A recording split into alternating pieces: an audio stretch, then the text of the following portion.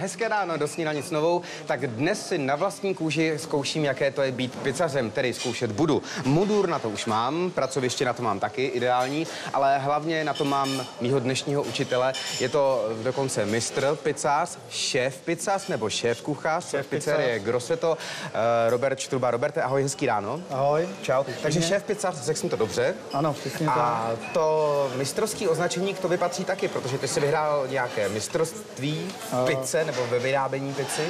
Vyhrál jsem na pražském Pizzafestu v roce 2007 nejlepší margaritu.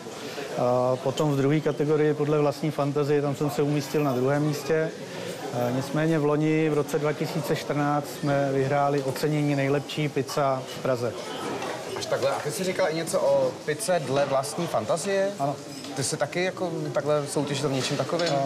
Ono vlastně tu pizzu dá se vymýšlet různé variace a každý si může vymyslet vlastně tu svojí, jo, takže tam to byla kategorie podle vlastní fantazie.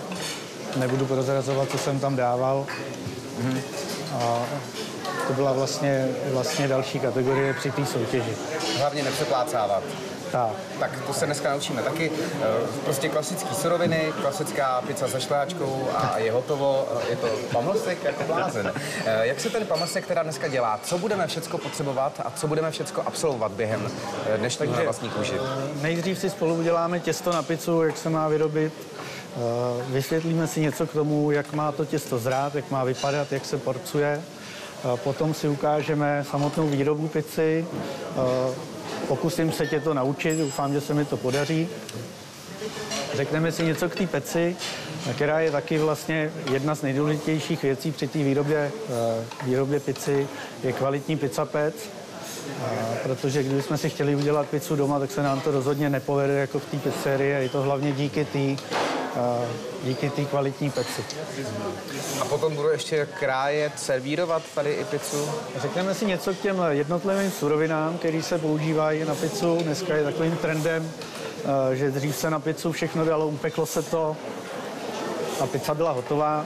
A dneska už se spousta surovin dává po upečení anebo v polovině pečení, aby zůstala vlastně ta čerstvost té suroviny. Tak jo, jsme připravený úplně na všechno. Pizza už je taky připravená, aspoň tamhle někdo ji dělá, ale my si za chvilku uděláme vlastní. Z vlastního těsta, který budeme už v příštím vstupu vyrábět. Těšte se, hezké ráno do Snídaně s Novou.